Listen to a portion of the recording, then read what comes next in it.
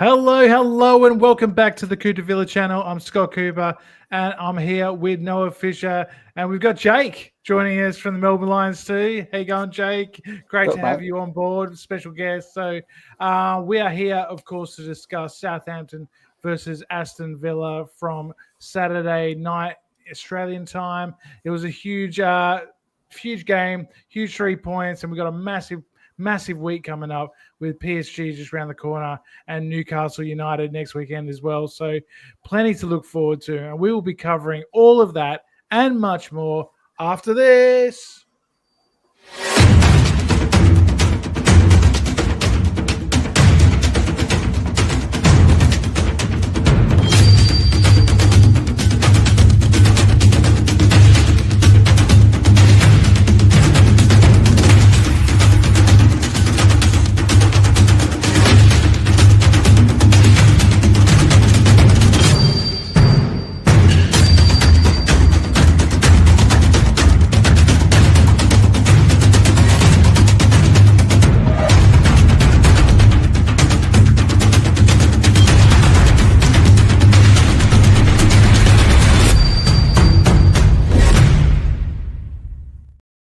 And yes, welcome back to Coop de Villa Live.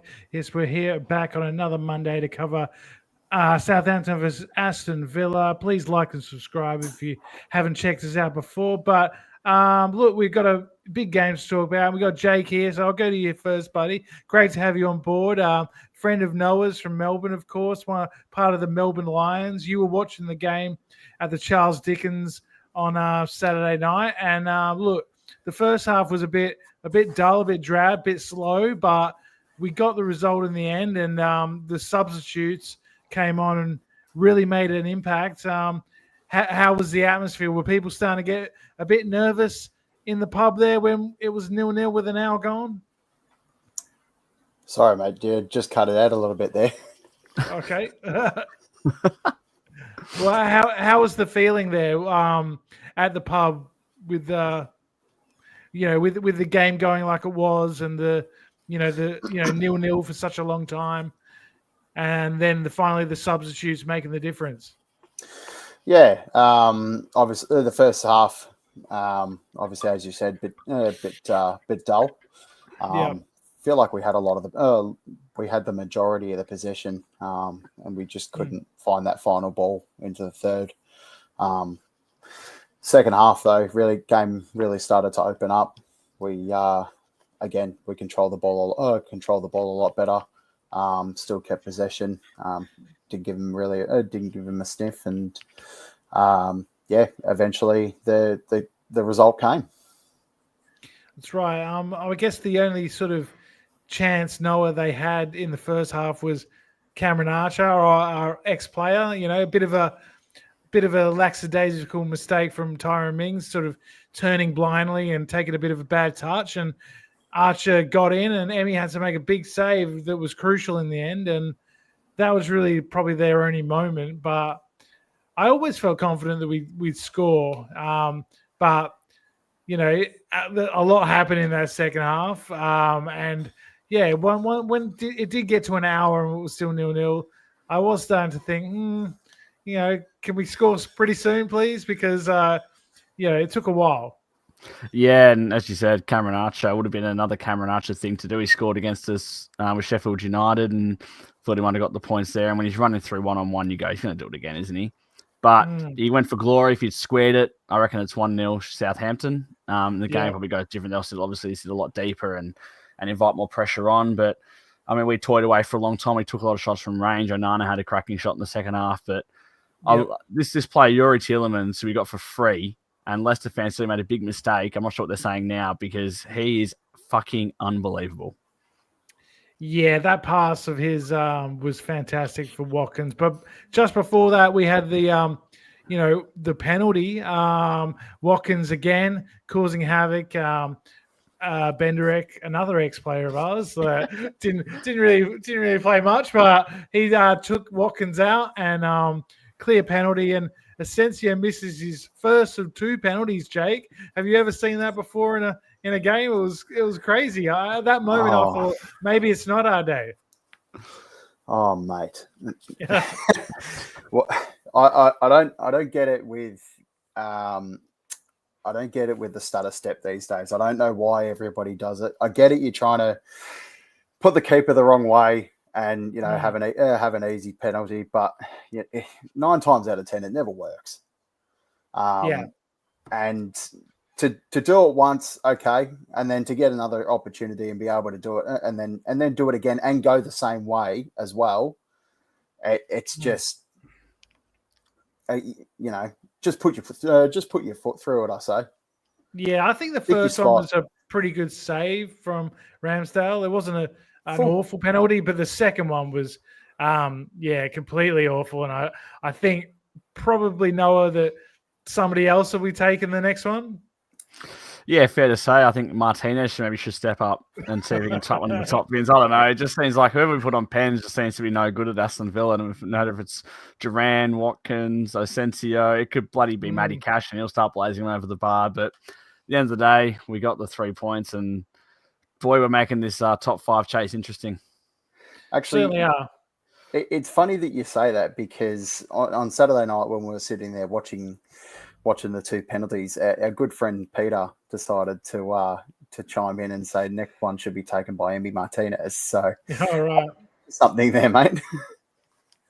Look, I think he'd certainly have the confidence. Like a few of the other guys look a bit nervous when they're stepping up. So, I wouldn't be against it. Why not? Look, he can do everything else. And look, we kept clean sheet in the end. Southampton are a bad team, Noah. Let's face it. Like we were always going to win this game. I didn't feel too much jeopardy. I guess the only thing was, would we maybe have half an eye on the PSG game coming up in the week? Maybe a bit of complacency. But as soon as I saw the lineup, and it was a strong lineup, I was confident that we were going to get the points. And I think it was the right decision from Unai. Unai, what did you think when you saw that so many players that we expect to play on Tuesday night played in this game? How strong our squad is. That's the first thing I thought. I just find it ridiculous looking on the bench and seeing the quality that we can bring on. Like to have our best Premier League striker in the last 5 years be sitting on the pine for the last month is ridiculous. And it just blows my mind. Like, you bring on Daniel Marlin, who we paid 27 million for, can't even start Premier League games for us. He scored 3 and 3. Our leading Premier League goal scorer, Ollie Watkins, comes on, he scores a goal. Our captain comes on and scores a goal. What a belter by him, by the way. Unbelievable finish, never in doubt. But I like the way he ran up to that again, because he gave himself a bit of a head start, started further back than everyone.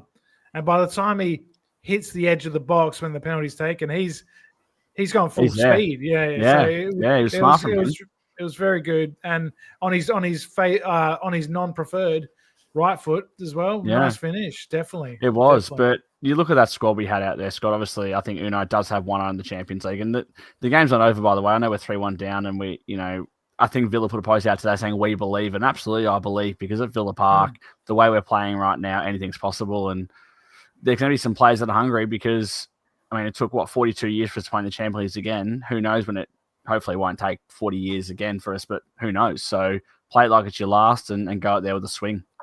Well, look, Duncan makes the comment here that, we had some pretty good results and, maybe some other ones that didn't go that well, but Chelsea dropped 2 points, Forest dropped 3 points, and now they're right back in that sort of pack with Newcastle, Villa, and Man City as well.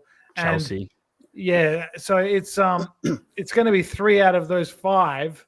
And look, Forest could find themselves out of the top 5 completely. Like it's not crazy, Scott. Remember the Crystal Palace game? I said to you, we need to win probably 7 out of our last 9, and we've won 4 on the trot since that moment in the Premier League. Yeah.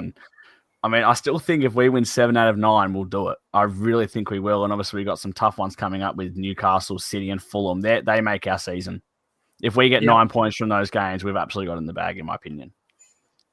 Absolutely, or even 7 points, I think, would be a pretty good total. We certainly don't want to lose to Newcastle or City and give them, a bit more of a gap to us. So yeah, it's going to be really interesting. But look, Jake, let's talk about the Watkins goal, because I think we haven't really touched on it enough, and what a brilliant goal it was. Not just the finish, but the pass from Tielemans is he just drops it on a dime for Watkins. And Ollie Watkins, he gets a lot of flack, especially from Tommy on this channel. And some of it, he is frustrating at times, because he can miss a chance here and there, but he can also do things like that. And I don't care. No one else in our squad is finishing that. That I don't think Marcus Rashford's doing that. I think he, the run, the pace, the touch was brilliant, and I think that he has to start against PSG for me. I mean, maybe start him and Rashford, but Ollie has to be centre forward for me. What do you think? Yeah, look, I'm going to take a very opposite view to Tommy. I absolutely love Ollie Watkins. I think he's probably one of my most favourite players. But you just know that when he gets in the box, if he's in the mood, he scores a lot. And for Tielemans to put the ball in such a way that he did, and it was a really nice direct ball through defenders too, because they did have defenders coming to close down. And then obviously he's gonna put it in the back of the net. He's when he's on, and to be quite honest, I think it would have a little bit of a fire under him, because we know how passionate he is. We know he doesn't like getting subbed off, and you can certainly know that he doesn't like starting on the bench. That's for sure. No. So it sort of may have put a little bit of a fire under him. And it showed with the quality of the strike that he had. Well, maybe that was Unai's Unai Emery's whole philosophy, and the whole sort of his what he thought was the best way to handle this situation. And he thought maybe like Watkins was not in the best of form, and put him on the bench for a couple of games, and then unleash him in this really important run we've got coming in the next couple of weeks. I think also it's a bit of a squad. It just shows the quality of our squad depth. To have a guy like Watkins sitting on the bench while you've got Rashford and Asensio both starting over him just shows what Unai Emery is actually doing. And the ability to be able to have someone as quality as him on the bench, and Daniel Marlin. Don't ever leave Daniel Marlin out, because he's just shown he was a bit of a slow starter when he signed in January. He came off the bench a couple of times, looked like he really couldn't get into the game. But the last 3 games since he scored at Brighton, every time he's come on, he's been energetic, he's been in the play, and most importantly, he's been scoring goals as well. But I think it's going to be a tough call when we play PSG later this week. I think does he go with Watkins from the get go, or does he stick with what worked? Because remember, we were in front at PSG last week, and it shows that does work. So it's going to be a really tough call. It'd be interesting to see what he actually does on Thursday morning.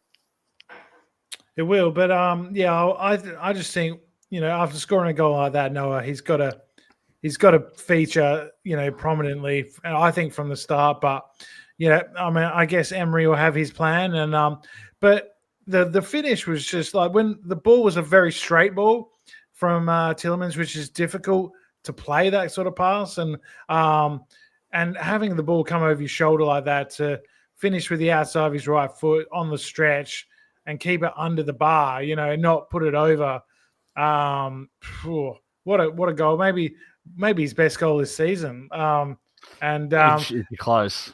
It'd be and close. We needed it. After the penalty miss, we needed it.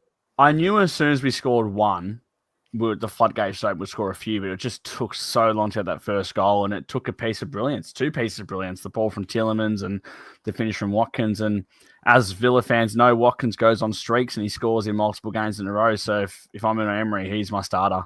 He always needs to score about 3 or 4 games in a row, and you need goals, you need someone in form. I'd actually probably consider starting both Rashford and Watkins.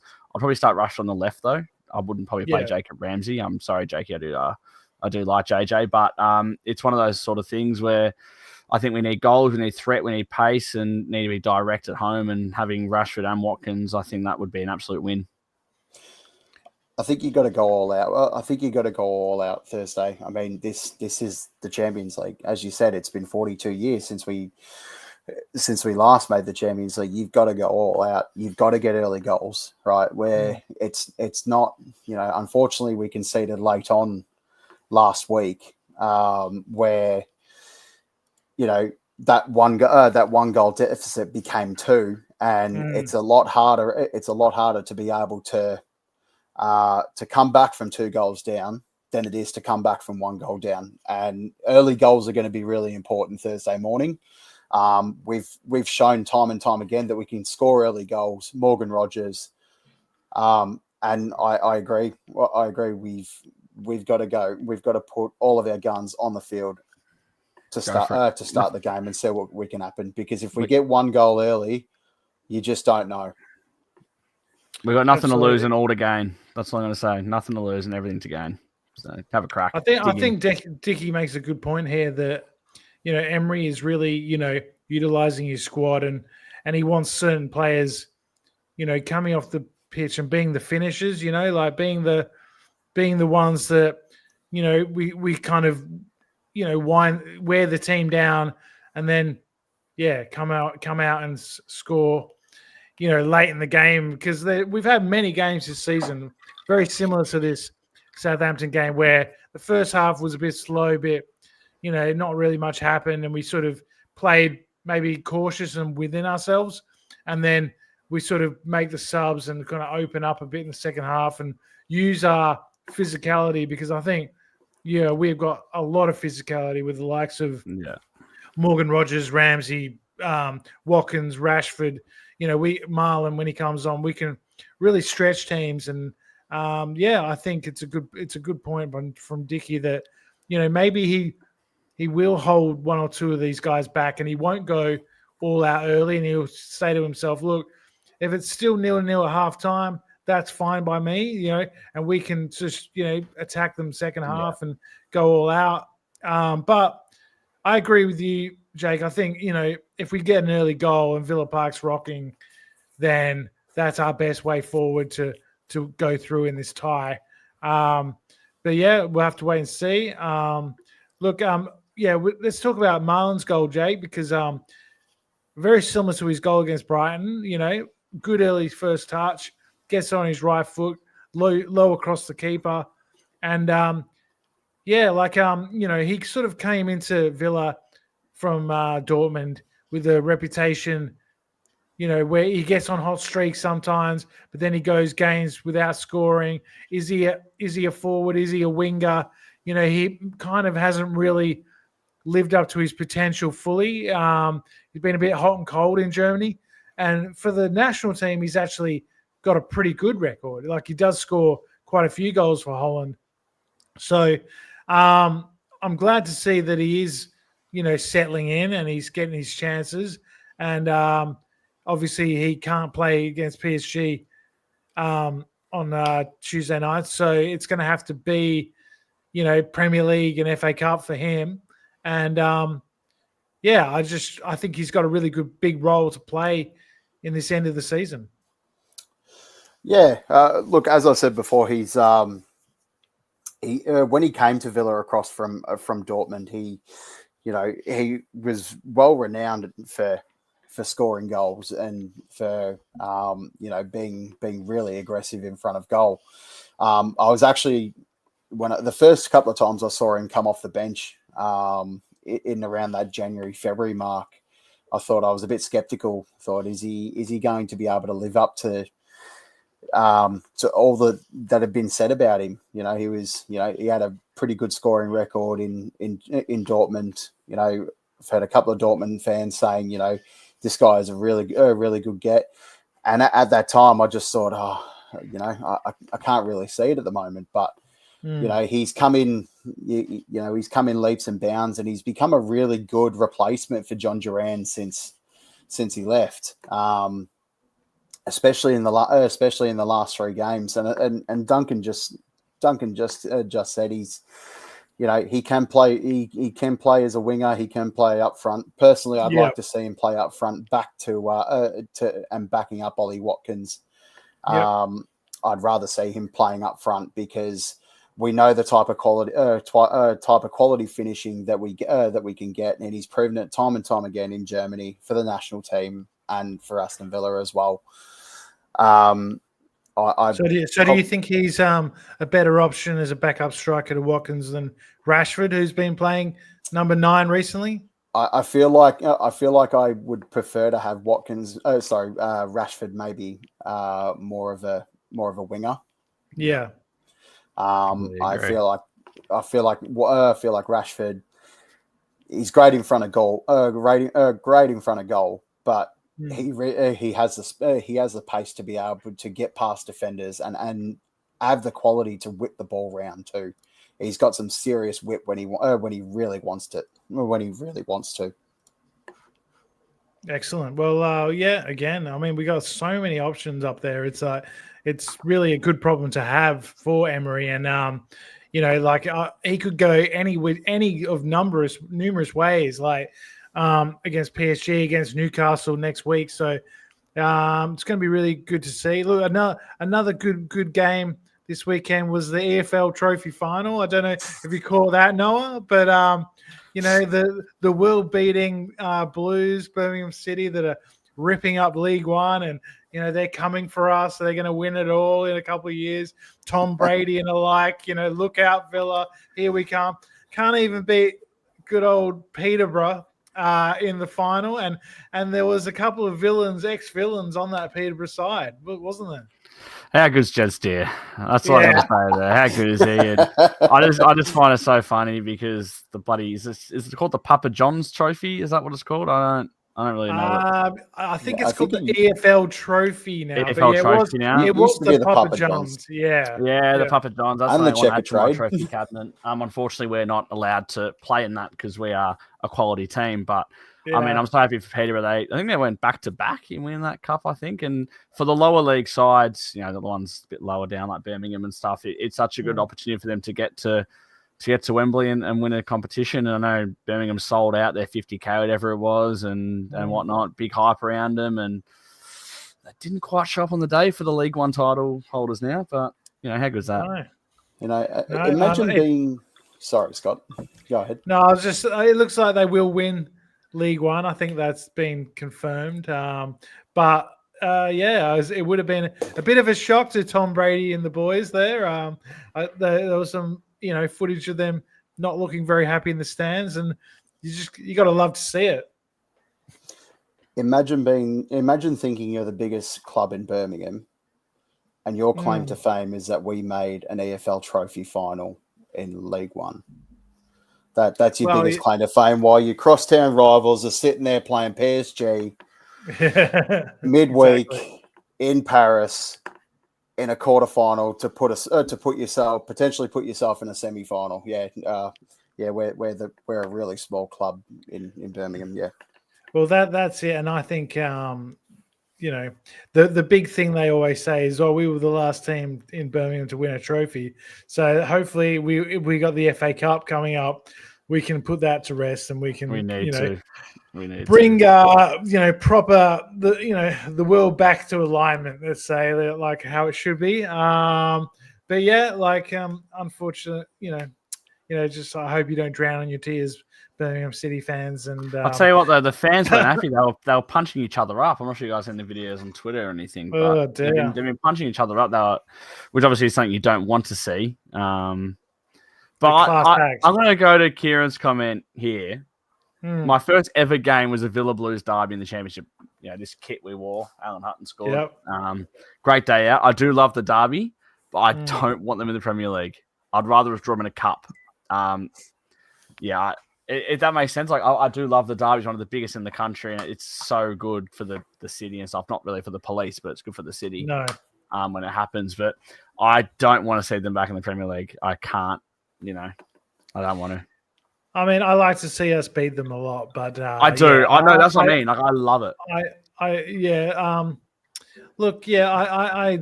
I don't really think about them too much, to be honest. Like I think it's more a hatred from their side to us than vice versa. And I think we live rent free in their heads a little bit more than they do in ours. So if they did come up, it'd be nice to play them. But then I do remember, losing to them when they came up I think it was about 2001, the old Enkelman game when we hadn't played them for 20 odd years in the league. And they got, so from that moment on, I was a bit like you, like I don't like this feeling. Yeah. So, did anyone see Gabby go live on Instagram last night as well after the cup final? No, I did not. He was just drinking a cup of tea on live with just typical Gabby, and he had the Peaky Blinders song playing loud, and he was literally just laughing at the camera, and everyone knew what Gabby was doing. He was on the wind up. It's what he does best. And since Gabby's got into the media, he waves our flag every day, and I think he gained a bit of respect, for that sort of stuff. And it's just a pisser, isn't it? There's a good question here for you, Jake, and just interested to know your backstory in becoming a Villa fan. So my grandmother grew up in Birmingham. Grew up not far from Villa Park, actually. Probably about the 1930s. She grew up in around Villa Park. Was a season ticket holder for many years, up until 61 when they came out to Australia. Yeah.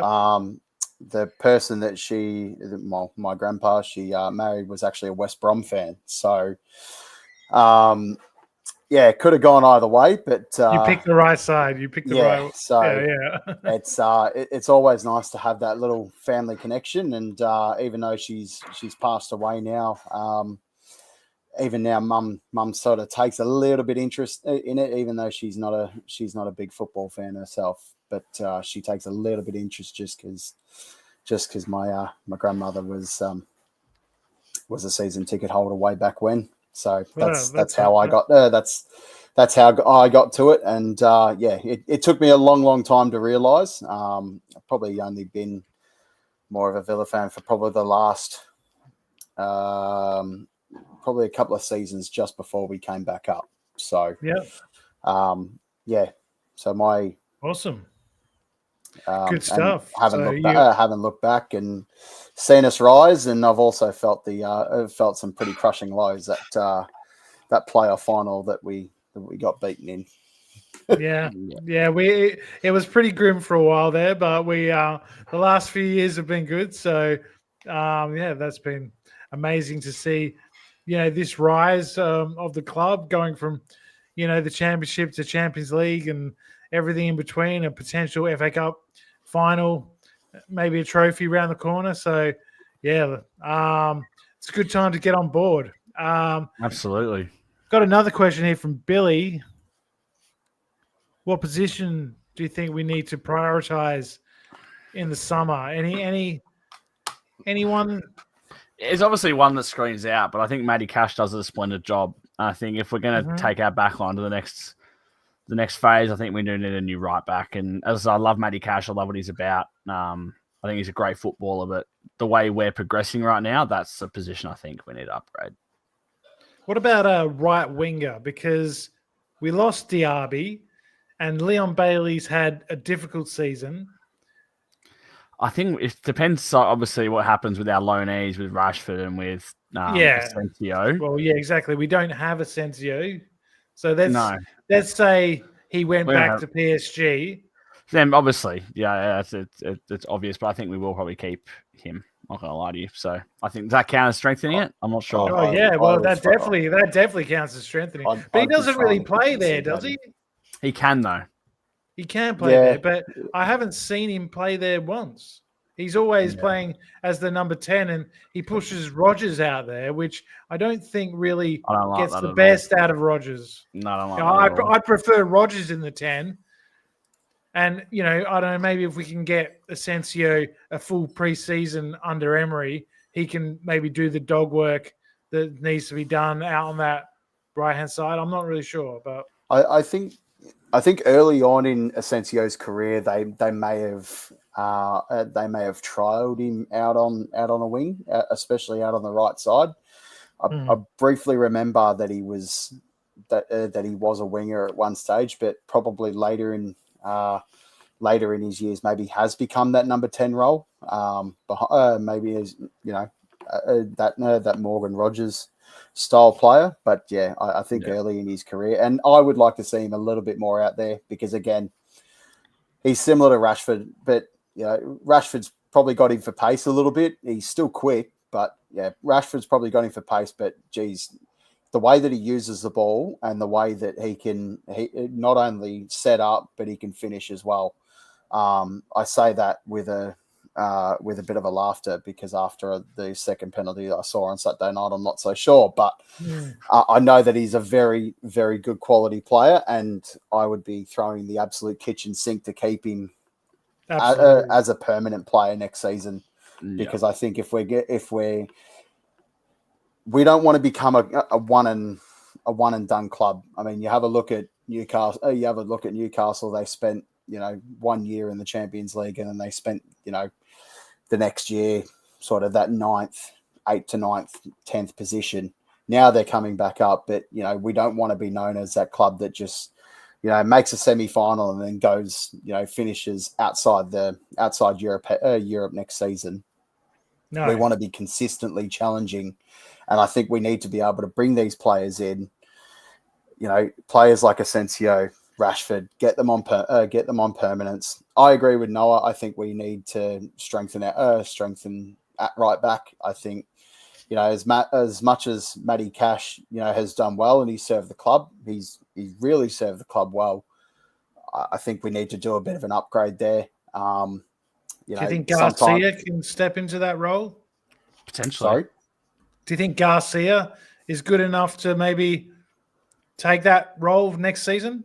With a bit of time, not as close as next season, but with a bit of time, he could step into that role. But I feel there's Nedeljkovic is still hanging around somewhere. Yeah, well, Leverkusen, Leipzig are going to buy him. Apparently, that's the rumor I've heard. Is they're going to activate that buy clause, which I think was always going to happen.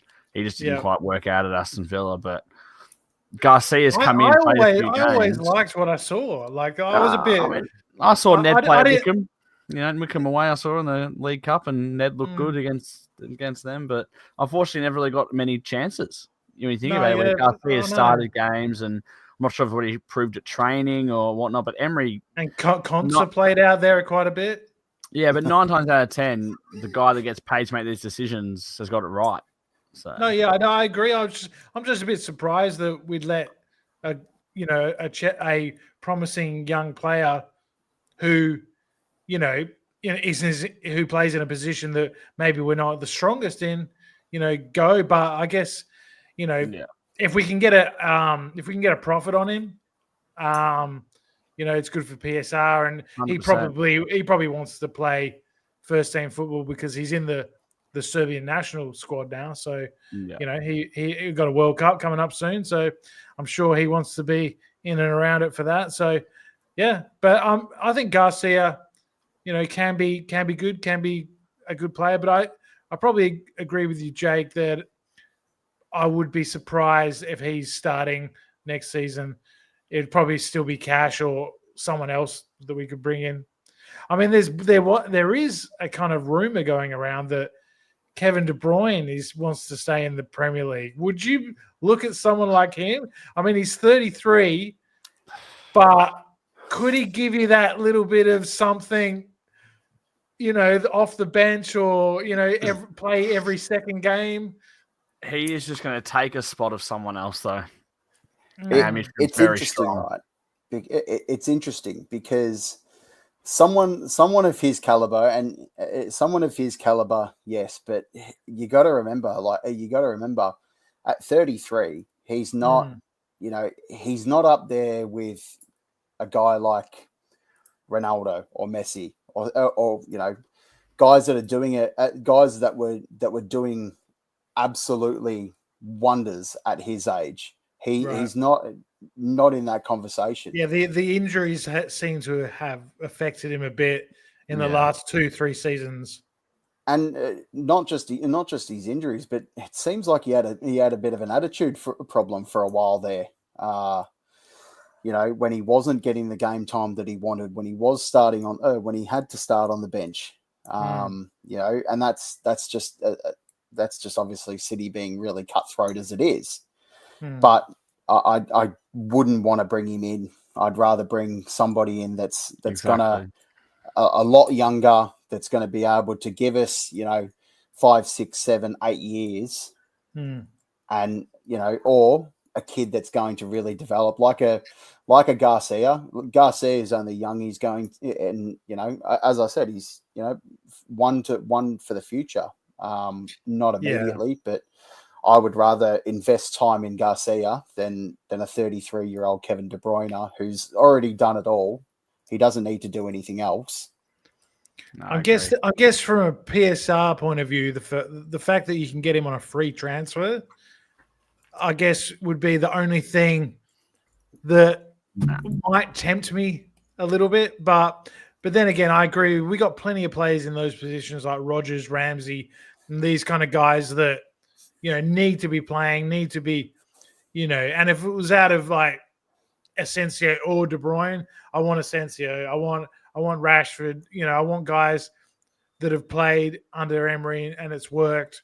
But I just saw us linked with him earlier on this week, and I thought, for a second I was thinking, him whipping balls in for Ollie could work, but but I agree with you. It's probably not the right way to go. If he's happy to take that squad rotation player, being a little bit older, he might be a pretty good mentor to some of the younger players. If he's happy to have sort of like a hybrid role where you can bring him in as a squad player, you don't necessarily play him, as a first team player every single week, week in, week out. He's not an up and come starter, but if you get him in as a squad rotation player, off the bench some games, maybe in a cup, maybe in a Champions League game, so on and so forth. If you can get him like that, okay, he's probably worth looking at because what he can do. He's been at probably. I'm gonna go out on a limb and say he's probably at the biggest club in England at the moment, right? He's been around that environment. He's been there. He's done it all. And at that age, you've got a little bit of knowledge that you can pass on to the kids. So if it's squad depth and a mentor role, I wouldn't be opposed to bringing him in. Cool. Well, should we get on to predictions for PSG? Let's do it. Do you want me to go first? Do we believe? I'll go first. 3-0 Villa. I believe. Why not? Why not? If I predict a loss or a 1-0, if we're gonna win, we're gonna fucking win. We're gonna win 3-0, and that's it. No extra time, no nothing, and it's gonna be a Watkins double and a Rashford goal. Believe. Love it. What about you, Jay? What do you think? I'm gonna say 2-0 at the end of 90, and we get it done in extra time. I'm going to say Morgan Rogers continues his great form and scores an early goal for us, and we get an important goal. We get an important goal late on in the piece, and then we go and win it in extra time. So I'm going to say 2-0 at the end of 90, 3-0 at the end of 120. I'm going to say 3-1 Villa, and we win on penalties. Emmy brings out the French tears once again. Does a little dance in front of the PSG away fans, and Oh, yeah. Jesus. What I will say though, Scott, no matter what happens, how fucking fun has it been? That's all I'm going to say. No matter how much further we go, if we don't get another game in the Champions League, like I look back at when I was over there in England. Unfortunately, didn't get to go to a game, but straight after the Bayern Munich game, you and I going live, and like couldn't quite believe we just beaten Bayern Munich. Yeah. Like it's just been so fun, and that's all I'm going to keep saying is like how fun this ride has been, and yeah. Now the players and the coaching staff and everyone has done the club proud. I think the club have been great with the tifos and the fireworks and the atmosphere, the fans.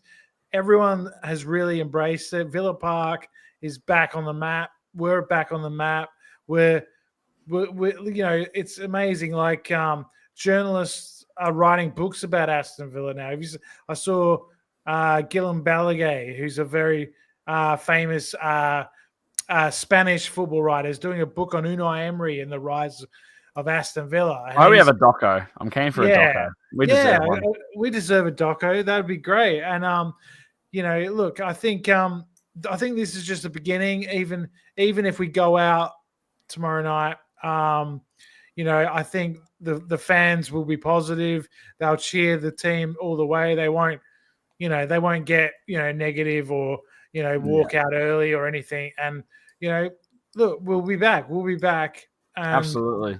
I think we've got a very, very good chance of being back next season. And can you imagine, how we're going to be then when we've had a year in the Champions League? We've made some more signings, and Emery and the players have had that experience already. It could be even more special next year. So, it'd be amazing. But I think we've got a great chance. We get that early goal, it's on. And I think the roof will go off the whole thing if we score it in the first 5 minutes. It will be something to see, and yeah, looking forward to it. It's going to be massive. But even if we do get knocked out, Newcastle becomes the next focus. We got massive games coming up. So yeah, really exciting for the channel. Make sure you guys like and subscribe if you haven't. Make sure you hit the bell, and it'll notify you when we're going to go live with our match reviews and reactions. So please keep up to date with all of that. Let your Villa friends and family know that we've got a good little discussion, good community here. The chat is fantastic as always. Thanks for all of you guys in there commenting, liking, and look, we'll be back after PSG. And who knows? We might be in the semi-finals of the Champions League. So until then, up the Villa. Thanks for coming on, Jake. Legend. You're welcome anytime. Absolute legend. Happy to be back anytime, boys. Fantastic. And look, up the Villa, and we'll see you after PSG. Woo. Up Villa. Up the Villa.